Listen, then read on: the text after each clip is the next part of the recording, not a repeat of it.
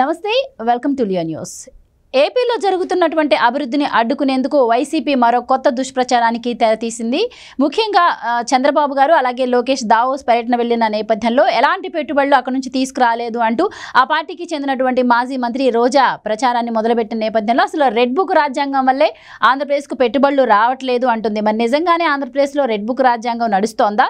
మరి ఇన్ని రోజులు ఆంధ్రప్రదేశ్కి వైసీపీ హయాంలో ఎన్ని పెట్టుబడులను వాళ్ళు తీసుకురాగలిగారు? ఇలాంటి విషయాలు తెలుసుకుందాం. మనతో పాటు ఉన్నారు టీడీపీ స్పోక్స్ పర్సన్ సూర్యదేవరలత గారు. నమస్కారం అండి. సో ముఖ్యమంత్రి చంద్రబాబు గారు అలాగే లోకేష్ గారు దావోస్ వెళ్ళి అక్కడ చాలామంది సీఈఓలతో కంపెనీ ప్రతినిధులతో భేటీ అయ్యి ఆంధ్రప్రదేశ్లో పరిస్థితులు మారాయి అని చెప్పి వాళ్ళకి ఎక్స్ప్లెయిన్ చేసి వాళ్ళు ఎలాగోలాగా అట్రాక్ట్ చేసేందుకు వాళ్ళు ప్రయత్నాలు చేస్తుంటే, మరో పక్క నుంచి అసలు పెట్టుబడులే రాలేదు, ఎక్కడ ఇది ప్రజల్లోకి పాజిటివ్గా వెళ్తుందో అన్న ఉద్దేశంతో రెడ్ బుక్ రాజ్యాంగం పేరెత్తుతున్నారు రోజా గారు. సో ఎలా చూడొచ్చు అంట, అసలు రెడ్ బుక్ రాజ్యాంగం నిజంగానే ఆంధ్రప్రదేశ్లో నడుస్తోందా? మరి దావోస్ పెట్టుబడుల గురించి వైసీపీ చేస్తున్నటువంటి ఈ దుష్ప్రచారాల్లో నిజమెంత? అంటే ఇప్పుడు నిన్న రోజా మాట్లాడిన మాటల్లో రెడ్ బుక్ గురించి మాట్లాడటం విన్నాం. సరే, ఆవిడకి తెలీదా రాజారెడ్డి రాజ్యాంగం ఎలా నడిపించారో 5 ఏళ్ళు? అంటే మనం ఎన్ని రకాల హత్యలు, దళితుల్ని హత్య చేయలేదా? మాస్కులు అడిగిన పాపానికి చంపలేదా? చంద్రయ్య లాంటి వాళ్ళు గొంతు కోసి చంపలేదా? ఒక కియా కంపెనీ వాళ్ళని దగ్గరకు వెళ్ళి గోరింట్ల మాధవ్ మీడియా ముందు అది ఓపెన్గా మనం అందరం కూడా చూసాం. దాన్ని టీవీ ఛానల్స్లో కూడా ఆ రోజున బాగా ప్రచారం అయింది. సో వాళ్ళని బెదిరించలేదా? వాళ్ళని కొట్టే ప్రయత్నాలు చేయలేదా? ఇవన్నీ ఎవరు హయాంలో జరిగాయి? సో ఇప్పుడు కియా కంపెనీ మన దేశానికి, మన రాష్ట్రానికి, ఏపీ రాష్ట్రానికి బయట దేశాల నుంచి వచ్చి పెట్టుకున్న వాళ్ళు, వాళ్ళని బెదిరించిన విధానం ఏంటి? లులు మాల్ వచ్చినప్పుడు దాన్ని తరిమేసిన విధానం ఎట్లాంటిది? ఇవన్నీ ఎవరు చేశారు?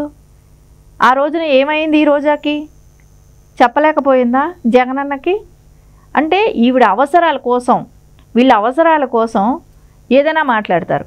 ఇక్కడ ఒకటే, అసలు రెడ్ బుక్ అనేది ఎందుకు మాట్లాడుతున్నారు? దానిలో ఎవరైతే అధికార దుర్వినియోగం చేశారో అధికారులు వాళ్ళ గురించి ఉంటుంది.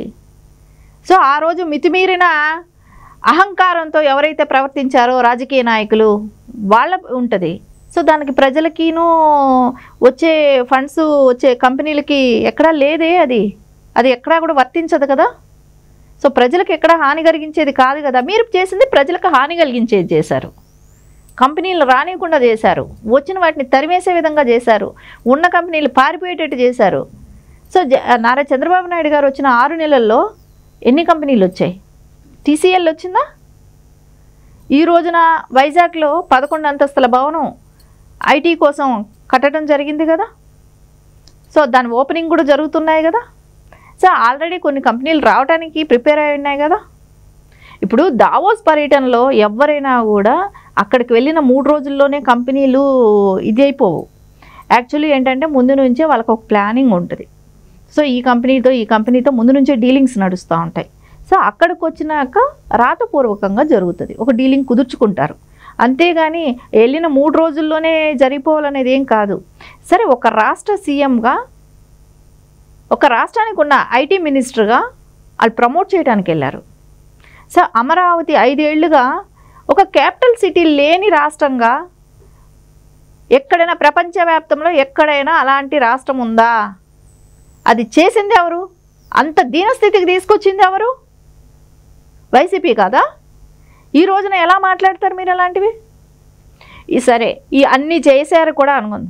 చేసిన తర్వాత కూడా అక్కడ ఉన్న వాళ్ళని, రైతుల్ని కూడా, అంటే భూములు ఇచ్చిన రైతులనే మీరు తరిం కొట్టారు కదా.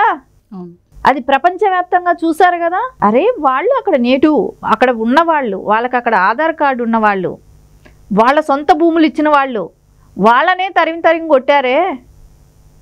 అది ప్రపంచం అంతా చూసింది కదా. అలాంటి రాష్ట్రానికి బాబు గారు ఎంత కన్విన్స్ చేయాలి వాళ్ళని? వెళ్ళి ఎంత కన్విన్స్ చేస్తే వాళ్ళు వస్తారు? అరే సొంత రాష్ట్రంలో సొంత భూములు ఇచ్చిన వాళ్ళ పరిస్థితులే ఆ రకంగా ఉంటే మనం వెళ్ళి అక్కడ ఇన్వెస్ట్ చేస్తే, ఈ ఏదో నెక్స్ట్ ఏదైనా ఈ వైసీపీ లాంటిది ఏమైనా ఉంటే గవర్నమెంట్ మళ్ళీ వస్తే, అంటే ఇప్పుడు వాళ్ళకి తెలియదు రాజకీయ పరంగా ఇక్కడ జరిగే సిచ్యువేషన్స్ ఎవరికి విదేశాల్లో వాళ్ళకి తెలియకపోవచ్చు. కానీ ఇలాంటిది ఏదైనా అలాంటి నాయకులు మళ్ళీ మన ఎమ్మట పడితే మన పరిస్థితి ఏంటి అనే భయం అనేది ఉంటుందా ఉండదా? ఖచ్చితంగా ఎవరికైనా ఉంటుంది. ఒక ఇన్వెస్ట్మెంట్ మీరన్నట్టు పక్క రాష్ట్రాలు అయితే చంద్రబాబు గారి బ్రాండ్ ఇమేజ్ని చూసి రావచ్చు, ఎలాగైనా ఆయన రాష్ట్రాన్ని అభివృద్ధి చేస్తాను. మీరన్నట్టు అది ప్రపంచవ్యాప్తంగా జరిగిన సదస్సు కాబట్టి రాష్ట్రం ఇప్పటికీ ఎంత అభివృద్ధి చెంది ఉంది, దాన్ని బట్టి మనం అక్కడ ఇన్వెస్ట్ చేయాలా వద్దా అని ఆలోచిస్తారు. సో ఈ 5 ఏళ్లలో రాష్ట్రం 30 సంవత్సరాలు వెనక్కి వెళ్ళిందని చెప్పి అందరికీ తెలిసిన విషయమే. సో ఇంకా దీన్ని ఎంతగా ప్రమోట్ చేసుకుంటే ఇంకా టైం పట్టే అవకాశం కూడా ఉంటుంది. కానీ కావాలనే దీనిపైన రాద్ధాంతం చేసి ఏం పెట్టుబడులు రాలేదు, ఇదంతా చేతగాని తనం కూటమి ప్రభుత్వాన్ని అని ప్రొజెక్ట్ చేయడం కోసమే వైసీపీ ట్రై చేస్తుంది అనుకోవచ్చు. ఖచ్చితంగా ఇప్పుడు అక్కడ ఒక ఇంటర్నేషనల్ ఎయిర్పోర్ట్ కూడా లేదు, ఒక రాష్ట్రం అభివృద్ధి చెందలేదు, అంటే ఒక క్యాపిటల్ సిటీ ఇంకా కట్టాలి. సో వచ్చింది కూటమి ప్రభుత్వం, ఇప్పుడే అధికారం లేకొచ్చింది, కానీ వీళ్ళు ప్రమోట్ చేసుకోవడానికి వెళ్ళాల్సిన బాధ్యత ఉంది. అంటే నారా చంద్రబాబు నాయుడు గారు బ్రాండ్ మార్క్ అయితే ఆల్రెడీ ఉంది. ఇప్పుడు శ్రీ సిటీ ఇవన్నీ కూడా తీసుకొచ్చారు, ఇలాంటివన్నీ కూడా ఆయన అంటే మనం ముందే తీసుకొచ్చేసాం. మొన్నటికి 2.5 లక్షల ఉద్యోగ అవకాశాలు కల్పించాం. సో ఇప్పుడు వేరే రాష్ట్రాలు, మహారాష్ట్ర వెళ్ళినా, తెలంగాణ వెళ్ళినా, వీళ్ళు వెళ్ళినా ఇప్పుడు వాళ్ళు చేసుకున్నారు. మనం ఇవన్నీ ముందే ప్రకటించాం. అవును, మనం ముందే ప్రకటించేశారు ఇవన్నీ కూడా. సో ఇవన్నీ ముందే ప్రకటించడం మూలాన ఈరోజు ఏమీ లేదనే మాట మీరు అంటున్నారు. కానీ ముందు వచ్చిన వాటి గురించి ఎందుకు మాట్లాడరు? ఈ వచ్చిన కంపెనీల గురించి ఎందుకు మాట్లాడరు? ఈ జరుగుతున్న అభివృద్ధి గురించి ఎందుకు మాట్లాడరు? ఈరోజు బీజేపీతో పొత్తులో ఉన్నప్పుడు కూడా సో రావాల్సిన ఆంధ్రప్రదేశ్కి రావాల్సిన బెనిఫిట్స్ ఏమైతే ఉన్నాయో, ఏదైతే నిధులు తెప్పించుకోవాలో ఇవన్నీ చేసుకుంటున్నారు కదా, ఇవన్నీ తెస్తున్నారు కదా. అంటే అవన్నీ తెస్తూ జరగాల్సిన సంక్షేమం కూడా జరిపిస్తున్నారు కదా. ఏదైతే మాట ఇచ్చారో ఆ సంక్షేమాలు కూడా నడుస్తున్నాయి కదా. అంటే దీనికన్నా గొప్పగా ఏ రాష్ట్రంలో ఏ సీఎం కూడా చేయలేరు. ఎందుకంటే అక్కడ ఒక రాజధాని లేని రాష్ట్రం. ఇప్పుడు 5 స్టార్ హోటల్ కావాలి, అంతర్జాతీయ స్థాయిలో వాళ్ళు వస్తారు. ఒక 5 స్టార్ హోటల్స్ ఉన్నాయా మనకు?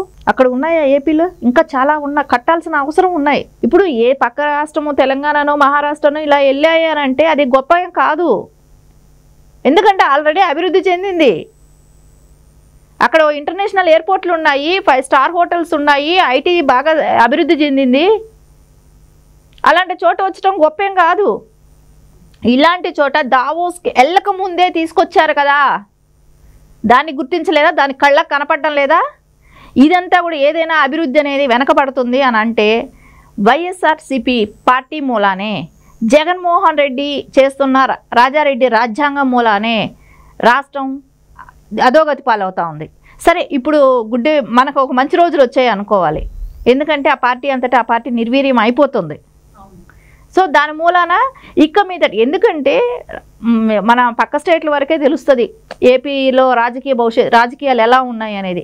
అంతర్జాతీయ స్థాయిలో తెలియటానికి టైం పడుతుంది. ఆ టైం పట్టినప్పుడు ఖచ్చితంగా నెక్స్ట్ దావోస్ మీటింగ్ టైంకి అంతా ఒక రూపురేఖలు వచ్చేస్తాయి. సో ఖచ్చితంగా అప్పుడు వెల్లువలా ఉంటుంది పెట్టుబడులు పెట్టడానికి. కొత్తగా రాష్ట్రం అభివృద్ధి చెందుతుంది రాష్ట్రంలో. సో కొత్త కంపెనీస్ వస్తాయి. ఏ పార్టీ గురించి అయితే భయపడుతున్నారో, ఎవరైనా కూడా అంతర్జాతీయ స్థాయిలో భయపడుతున్నారో వాళ్ళందరూ కూడా గుర్తిస్తారు. ఎందుకంటే మొన్న మన అమెరికాలో కూడా ఈయన స్కాములు బయటపడ్డాయా? జగన్మోహన్ రెడ్డి గారి స్కాములు అమెరికాలో కూడా బయటపడ్డాయా? అలాంటప్పుడు ఎవరు పెట్టుబడులు వస్తారు? ఎవరు పెట్టుబడులు వస్తారు చెప్పండి? అంతర్జాతీయ స్థాయిలో ఒక సీఎం అవినీతి పరుడుగా ఉన్నాడు, మాజీ సీఎం అన్నప్పుడు, ఇప్పుడు మాజీ సీఎం, అప్పుడు ఆయన టైంలోనే కదా అవినీతి జరిగింది. అలాంటప్పుడు ఎవరు వస్తారు? సో ఈ దేశానికే కాదు, ప్రపంచవ్యాప్తంగా కూడా పనికిరాని వేస్ట్ పార్టీ ఏదైనా ఉందంటే వైసీపీ పార్టీ. దాని మూలానే ఆంధ్రప్రదేశ్కి నష్టపోతుంది ఇప్పటికైనా కూడా. సో అది తెలుసుకొని మాట్లాడు రోజా. నీ నోటుకొచ్చినట్టు మాట్లాడక రెడ్ బుక్ మీద పడి ఏడిస్తే వచ్చేది ఏమీ లేదు. రాజారెడ్డి రాజ్యాంగం మార్చుకోండి ఫస్ట్. ఆ రాజ్యాంగం మూలానే ఏపీ నష్టపోతుంది. దాన్ని మార్చుకొని మాట్లాడితే బెటర్గా ఉంటుంది. కానీ నువ్వు లోకేష్ గారి రెడ్ బుక్ అని అంటే, లోకేష్ గారి రెడ్ బుక్ తొందరగా అమలు చేయలేదనే ప్రజలు బాధపడుతున్నారు. అది తొందరగా అమలైందనుకోండి, మీలాంటి వాళ్ళందరూ పక్కకు పోతారు. అది తొందరగా అమలైతే రాష్ట్ర అభివృద్ధి బాగుంటుంది. Right madam, thank you so much. నమస్తే. Please subscribe to Leo news for more videos.